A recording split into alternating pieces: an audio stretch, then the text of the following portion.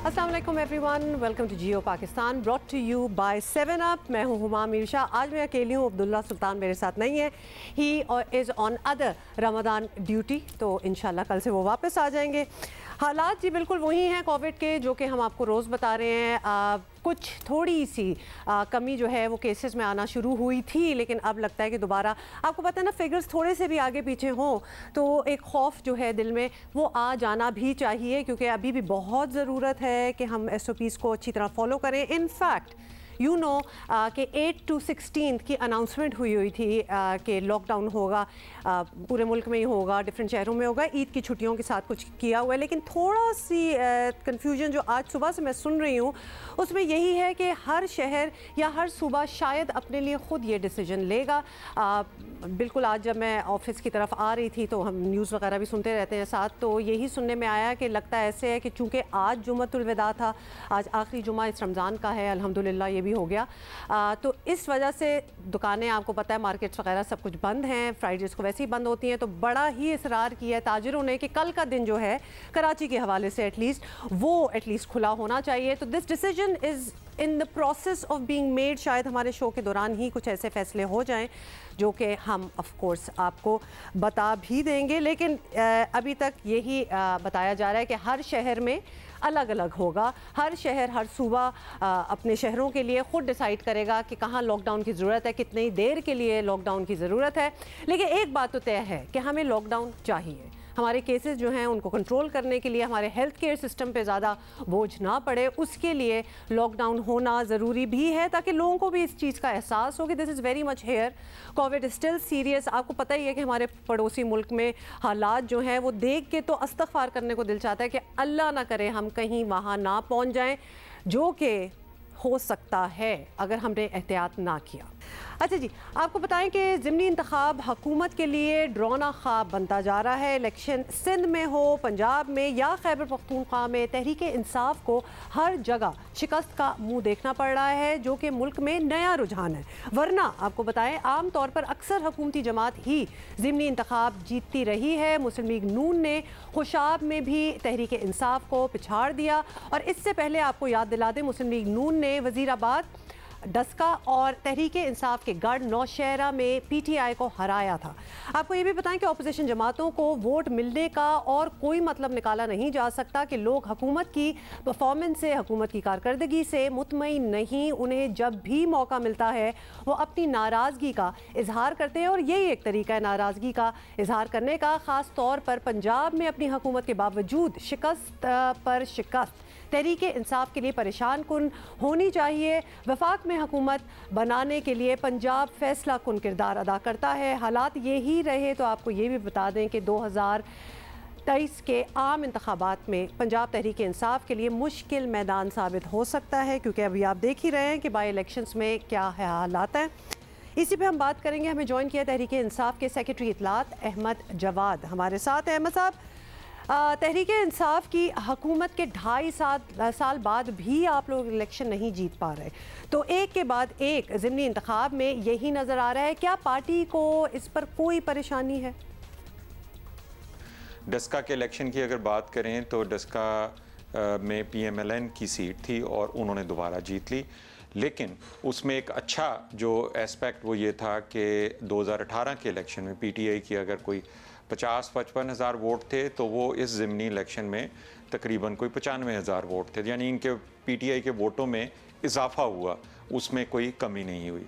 अगर आप कल के खुशाब के इलेक्शन की तरफ चले जाएं, अगेन ये PMLN की सीट थी, और जो इसके कैंडिडेट की डेथ के बाद एक उसमें एडिशनल जो सिंपैथी वोट होता है वो भी ऐड हो गया था, बेटे ने इलेक्शन लड़ा और वो जीत गए। अगर आप कराची के इलेक्शन की तरफ जाएं तो वहाँ पे तो आज भी तमाम पॉलिटिकल पार्टीज़ ने रीपोलिंग के हवाले से जो एक्सरसाइज का आगाज़ किया गया था वो उसका बाइकआउट कर दिया है। तो कराची के इलेक्शन के हवाले से तो अभी बड़े क्वेश्चन मार्क्स हैं, उसके बारे में अभी कुछ कहा नहीं जा सकता।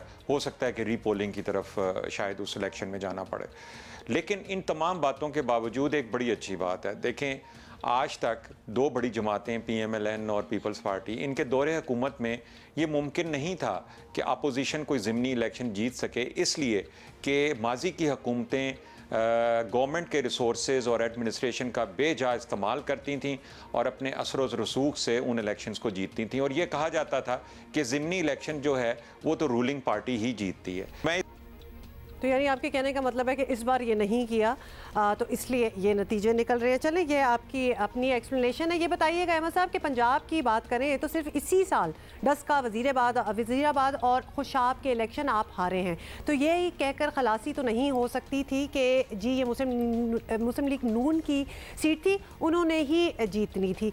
फिर आप लोग इलेक्शन लड़ते ही क्यों हैं? मतलब सोचने वाली बात है ना। तो इस माइंड सेट के साथ अगले आम इंतखाबात में जाना ठीक लग रहा है आपको? मैं इस बात को तो बिल्कुल एक्सेप्ट करता हूं कि हमारी हर हार जो है ज़िमनी इलेक्शन में हमें उसको एवेलुएट करना चाहिए, अपना एहतसाब जहां पे मुमकिन है वहां पे करना चाहिए और एक बड़े अमली तरीके से हमें अपना हिसाब किताब करना चाहिए। जहां तक फ्यूचर के इलेक्शन का ताल्लुक है, जनरल इलेक्शन का 2023 का, सिर्फ उसमें देखें एक चीज़ जो मैं समझता हूं कि जो कि बेहतर होगी वो ये है कि ज़िमनी इलेक्शन एक बड़ा एक कॉन्स्टिट्यूंसी का, उसके अंदर कुछ डायनामिक्स हैं उनके अंदर होता है, लेकिन जनरल इलेक्शन जो होते हैं वो एक पूरी आवाम की एक पल्स होती है कि वो किसको हुकूमत में देखना चाहते हैं, तो उसके रिजल्ट्स के लिए फिर एक बिल्कुल डिफरेंट माहौल होता है। और सबसे बड़ी बात यह है कि पीटीआई ने अपना जो 2.5 साल का वक्त था, जो कि मुश्किल तरीन था, इसलिए मुश्किल तरीन था कि बैंकरप्सी से मुल्क को पहले निकाला और उसके बाद पिछले 1.5 साल से कोरोना की सूरत हाल को भी फेस कर रहे हैं। इसके बावजूद इकॉनमी टेक ऑफ कर गई है। अब अगले 2.5 साल जो हैं इसमें उसके जो इनाम है, उसका जो इम्पैक्ट है, उसके जो असरात हैं वो आम आदमी तक भी इंशाल्लाह पहुंच जाएंगे। तो हम उम्मीद करते हैं कि 2023 के इलेक्शन में जब हम जाएंगे तो अवाम हमारी परफॉर्मेंस के ऊपर हमें दोबारा इलेक्ट करेंगे। बहुत बहुत शुक्रिया अहमद जवाद साहब। आपका कहना था कि चैलेंजेस भी एक्स्ट्रा ऑर्डिनरी थे, आपने कोविड का भी जिक्र बीच में डाल दिया कि अभी अगर 3 साल ही हुकूमत हुए तो 1.5 साल से तो कोविड की लड़ाई हो रही है। अच्छा जी, अभी एक खबर से शुरू करते हैं बात और आपको बताएं कि इलेक्शन रिफॉर्म्स पर बयानबाजियों के बाद अब हुकूमत ने अमली कोशिशें शुरू कर दी हैं और स्पीकर असद कैसर ने इंतखाबी इस्लाहात से मुतालिक खुसूसी पार्लिमानी कमेटी बनाई थी। अपोजिशन से कहा गया था कि वो अपने अरकान के नामजद भी करें, लेकिन 7 हफ्तों के इंतजार के बाद ऑपोजिशन की जानिब से जवाब नहीं मिला। अब स्पीकर कौमी असेंबली ने ऑपोजिशन को मनाने के लिए कैबिनेट के अरकान पर मुश्तमिल 5 रुकनी कमेटी तश्कील दी है। सदर मुमलिकत आरिफ अलवी ने इलेक्ट्रॉनिक वोटिंग सिस्टम के तरीक़ेकार को समझने के लिए ऑपोजिशन को दावत दे डाली है। ये जो इलेक्ट्रॉनिक वोटिंग सिस्टम है ये कहला रहा है इलेक्ट्रॉनिक, मगर इसमें पेपर बैलेट भी चल रहा है, लिहाजा पुराना सिस्टम अपनी जगह पर मौजूद है। लोगों को समझ नहीं आ रही, वो समझते हैं कि इलेक्ट्रॉनिक वोटिंग के अंदर पता नहीं क्या क्या गड़बड़ हो जाएगा, कि वोट अलग गिने जाएंगे। भाई बैलेट पेपर अपनी जगह मौजूद है, इलेक्ट्रॉनिक वोटिंग मशीन सिर्फ ये कहा जा रहा है कि इसमें इलेक्ट्रॉनिक काउंट भी होगा और बैलेट पेपर भी मौजूद होगा। और मैं चाहता यही हूँ पार्लियामेंट के ज़रिए हो। तो मैं ये ऑफ़र करता हूँ, मैं कॉलमनिस्ट और प्रेस वालों को भी रिक्वेस्ट करूँगा कि अगले हफ्ते ईद के फ़ौरन बाद एक मशीन हम डेमॉन्स्ट्रेट करते हैं ताकि आप लोग भी मुतमईन हो जाएं, सारे ऑब्जेक्शंस आ जाएं। और अपोजिशन को भी दावत देता हूँ ईद के फ़ौरन बाद कि या तो पार्लियामेंट में मशीन जब रखी जाएगी, जब मैं हाजिर हो जाऊंगा, देखो बगैर अपोजिशन की शराकत के और बाइंग इन टू दिस, तो लोग भी इसको जब खरीदेंगे इस आइडिया को जब हमारे लीडरान सब खरीद लेंगे। आपको बताएं कि मुल्क में हर इलेक्शन के बाद धांधली का शोर मचता है। फवाद चौधरी ने भी सियासी जमातों से अपील की है कि वो इंतखाबी इस्लाहात से मुतालिक संजीदा रवैया इख्तियार करें। आप ओवरसीज पाकिस्तानीज़ को वोटिंग राइट्स देने के आप ख़िलाफ़ हैं, इलेक्टोरल रिफॉर्म्स में ओवरसीज़ पाकिस्तानीज़ को लाने के आप ख़िलाफ़ हैं। हम चाहते हैं कि एक ऐसा निज़ाम बने जिसमें इलेक्शन जो है उसके ऊपर तमाम लोगों का एतमाद हो, उस पर आप ताउन करने को तैयार नहीं हैं। तो मुझे बताइए आपकी सियासत आखिर है क्या? मेरे नज़र में अपोजिशन को अपने रवैये पर नज़रसानी की ज़रूरत है। पाकिस्तान में हर वक्त पॉलिटिकल पॉइंट स्कोरिंग मुनासिब नहीं है। आपको बताएं कि इलेक्शन रिफॉर्म्स पर पीपल्स पार्टी तो मशरूत आमादा है, लेकिन मुस्लिम लीग नून ने अब तक इस मामले पर कोई लचक नहीं दिखाई। ये तो आरटीएस था, अब इलेक्ट्रॉनिक वोटिंग मशीन का काम है। इलेक्ट्रॉनिक वोटिंग मशीन बनाना हुकूमत और पार्लियामान का काम नहीं है। ये इलेक्शन कमीशन का काम है। इस मुल्क को सिर्फ एक इंतखाबी इस्लाहात की ज़रूरत है और उसका नाम है आइन। मुल्क को आइन के मुताबिक चलाएं, किसी इंतखाबी इस्लाहात की ज़रूरत नहीं है।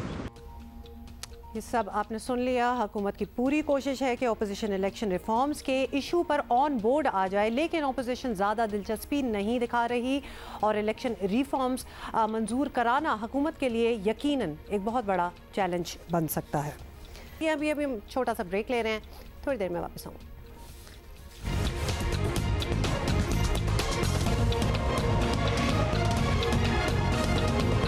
Welcome back, you watching Geo Pakistan brought to you by 7up। अच्छा जी, आपको पता है कि पिछले कुछ दिनों से, क्या जब से रमज़ान स्टार्ट हुआ है, तो एक सिलसिला शुरू हुआ है जहाँ हम आपके सामने डिफरेंट चैरिटीज़ जो हैं वो सामने रखते हैं आपके, and whatever you want to donate your ज़कात टू आप डिसाइड कर लें। तो लिहाजा आज ही हम बात करें JDC की। JDC फाउंडेशन ने मुख्तसर अरसे में फलाही सरगर्मियों में नुमाया मकाम हासिल किया है।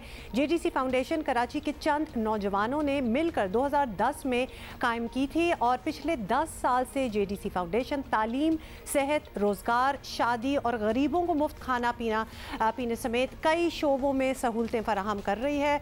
और अभी जी हमें ज्वाइन किए JDC के बानी ज़फ़र अब्बास हमारे साथ मौजूद हैं। ज़फ़र अब्बास साहब, बहुत बहुत शुक्रिया, आपने हमें ज्वाइन किया है। सबसे पहले तो ये बता दें कि इस वक्त JDC जो है क्या काम कर रही है। हमें पता है कि कोविड की वजह से काम जितने आप लोग करते रहते थे वो ज़रा बढ़ भी गए होंगे, तो ज़रा उसकी डिटेल बताइएगा हमें। देखिए, JDC वेलफेयर फाउंडेशन इस वक्त जो सबसे बड़ा प्रोजेक्ट हम लेके उतरे हैं वो 30,000 मरीज़ों का हर महीने मुफ्त डायलिसिस है, जिसके लिए हमें 50 सेंटर बनाने हैं, हर सेंटर में 5 मशीनें। हम ये चाहते हैं कि कोरंगी में 4 सेंटर हों, लांडी में 4 सेंटर हों, मलीर में 4 सेंटर हों, कि वो जो मरीज़ को 12-12, 14-14 घंटे लोहे की स्ट्रेचर पे एम्बुलेंस में लेट के वेट करना पड़ रहा है, उससे बचे।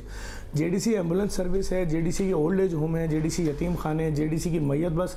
हमारी कोशिश है कि हमारे जितने दस्तरखान लगे हुए शहर में, जहाँ जहाँ, चाहे वो जौहर चौरंगी हो, चाहे अब्बासी शहीद अस्पताल में हो, चाहे सुराब गोड पे हो, चाहे वो शार फैसल के कंटेनर हो, चाहे जिन्ना अस्पताल का दुनिया का सबसे लंबा 58 फीट लंबा मोबाइल रेस्टोरेंट हो, हमारी कोशिश है कि जो शख्स वहाँ आ रहा है, खाना खा रहा है, न सिर्फ खाना खाए बल्कि अपने साथ लेकर भी जाए। क्योंकि हम देख रहे हैं इस वक्त लोगों की क्या पोजीशन है, लोगों के रोज़गार का क्या हाल है, लोगों के पास पैसे नहीं है पिछले 7-8 महीनों से, और बहुत मुश्किल में ये वक्त गुजार रहे हैं। तो JDC इन्हीं तमाम शोबों में काम कर रही है। ज़बरदस्त काम कर रहे हैं। हम साथ साथ कुछ विजुअली भी दिखा रहे थे ताकि लोगों को अच्छी तरह समझ आए। ज़फ़र साहब, JDC एक बहुत ही मुतहर्रिक इदारा है, बहुत कुछ कर रहा है, तो इसके लिए फंडिंग की भी बहुत ज़रूरत होती होगी ऑब्वियसली। तो किस तरह पूरा करते हैं आप ये सारा अपना खर्च?